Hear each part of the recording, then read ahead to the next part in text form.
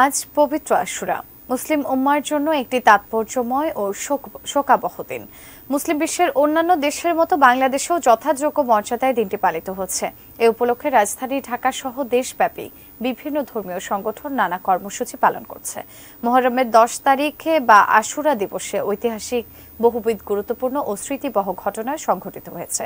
সত্য প্রতিষ্ঠা করতে গিয়ে হযরত ইমাম হোসেন রাদিয়াল্লাহু আনহু, তার পরিবার ও সহচরেরা 61 হিজরিতে আশুরার দিনে ইয়াজিনের সৈন্য বাহিনীর হাতে কারবালায় নির্মমভাবে শহীদ হন। ইসলামের সুমহান আদর্শকে সমুন্নত রেখে তার আত্মত্যাগ স্মরণ করেই বিশ্বের মুসলিমরা এই দিনটি পালন করেন।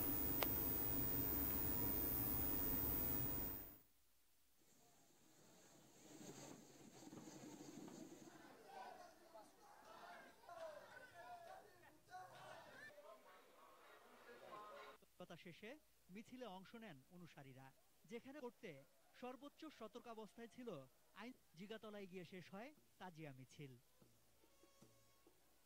সম্রাট আনোয়ার।